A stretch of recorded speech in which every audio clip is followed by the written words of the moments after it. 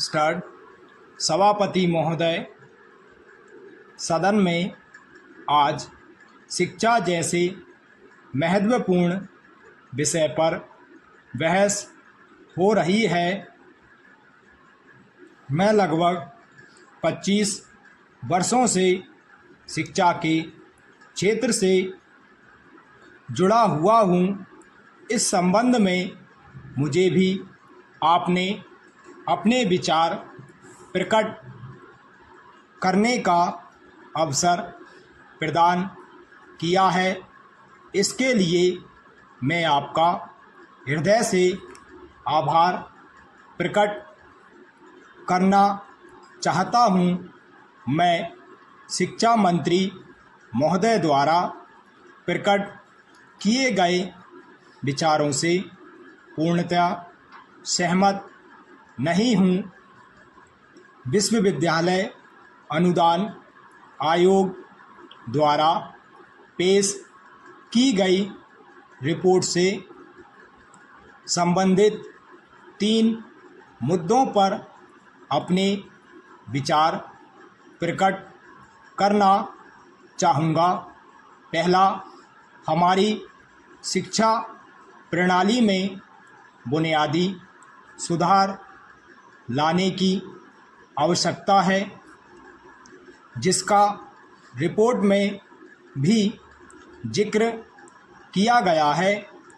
दूसरा, विद्यार्थियों में व्याप्त असंतोष को हटाना तथा तीसरा, शिक्षकों के लिए विकास कार्यक्रम तैयार करना है। मैं समझता हूँ कि कई वर्षों से शिक्षा प्रणाली में परिवर्तन नहीं किया गया है। देश की परिस्थितियों को ध्यान में रखकर शिक्षा प्रणाली बनाई जाती है। आज की शिक्षा प्रणाली काफ़ी समय पहले बनाई गई थी और उस समय की परिस्थितियों को ध्यान में रखकर बनाई गई थी। देश की उन्नति के लिए आज जिन साधनों की आवश्यकता है, उसी आधार पर आज शिक्षा प्रणाली बनाई जानी चाहिए। मैं अनुभव करता हूँ कि हमें अपने शिक्षा के पाठ्यक्रमों में आमूलचूल परिवर्तन करना होगा तथा हमें अपनी शिक्षण पद्धति में भी परिवर्तन करना होगा।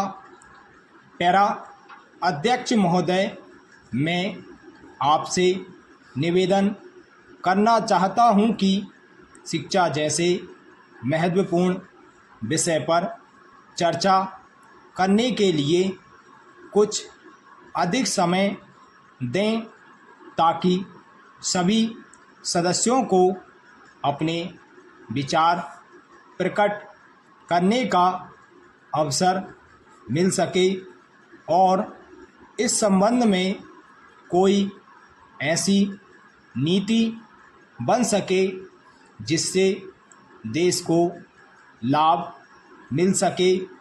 मैं सुझाव देना चाहता हूं कि सबसे पहले बुनियादी शिक्षा प्रणाली में परिवर्तन किया जाए।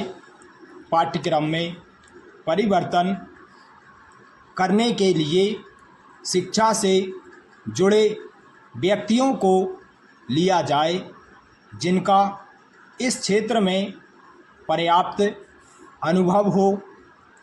जब तक अनुभवी व्यक्तियों को शिक्षा प्रणाली में परिवर्तन करने के लिए नहीं चुना जाएगा, कोई ठोस परिवर्तन शिक्षा में नहीं हो पाएगा। हमारे मंत्री महोदय जब जिले या प्रांत का दौरा करने जाते हैं तो रेस्ट हाउस में जाकर ठहरते हैं। देहातों में जाएं तो उनको असली हालत का पता चले, लेकिन वे रेस्ट हाउस में जाकर ठहरते हैं ताकि उनको कहीं लू ना लग जाए। इसलिए मैं निवेदन करता हूँ कि उनको गांवों में जाना चाहिए। वहाँ जाकर उनको किसानों की तकलीफ़ों का एहसास हो।